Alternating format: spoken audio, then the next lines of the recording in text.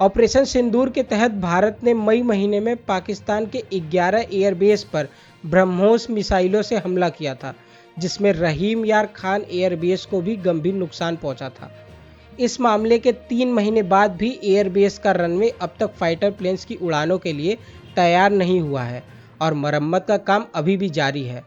यह एयरबेस पाकिस्तान वायुसेना के लिए लॉजिस्टिक, सप्लाई चेन और फॉरवर्ड ऑपरेशन का मुख्य केंद्र है और इसी कारण से इसे पाकिस्तान एयरबेस की लाइफलाइन भी कहा जाता है।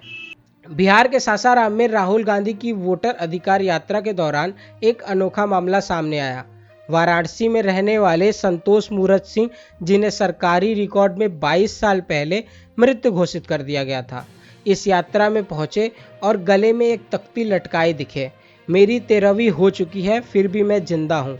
संतोष सिंह का कहना है कि उनके रिश्तेदारों ने जमीन हड़पने के लिए उन्हें सरकारी कागजों में मृत दिखा दिया था और वे 2 दशकों से खुद को जीवित साबित करने की कोशिश कर रहे हैं। उनकी पहचान अब मैं जिंदा हूं संतोष नाम से हो गई है।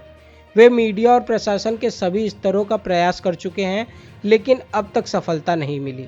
दिल्ली के द्वारका इलाके की 3 प्रमुख स्कूलों, Delhi public school, modern convent school और श्री राम वर्ल्ड स्कूल को हाल ही में ईमेल के जरिए बम की धमकी मिली, जिससे स्कूलों में अफरा तफरी मच गई और बच्चों के साथ साथ स्टाफ को भी तुरंत बाहर निकाला गया।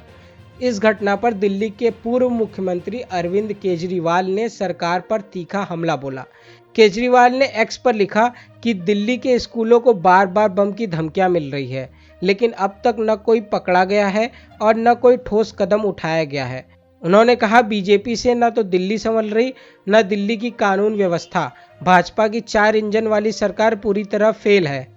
फरीद जकारिया ने अमेरिकी मीडिया में दावा किया है कि बिल क्लिंटन से लेकर जो बाइडन तक अमेरिका ने पिछले 25 सालों में भारत से संबंध मजबूत करने के लिए लगातार कूटनीति निवेश किया, लेकिन डोनाल्ड ट्रंप की नीतियों, खासकर भारी टैरिफ लगाने, भारतीय आयात पर सख्ती और रूस से तेल खरीद जैसे मामलों पर कार्रवाई से यह पूरा सिलसिला बिगड़ गया। ट्रंप प्रशासन ने भारत पर 25% से 50% तक टैरिफ थोपने की घोषणा की, जो भारत के लिए सीधे तौर पर बड़ा झटका है। बीजेपी सांसद कंगना रनौत ने एक बयान में कहा है कि चुनाव आयोग ने राहुल गांधी को फटकार लगाई है क्योंकि उन्होंने लोगों और मतदाताओं का अपमान किया है।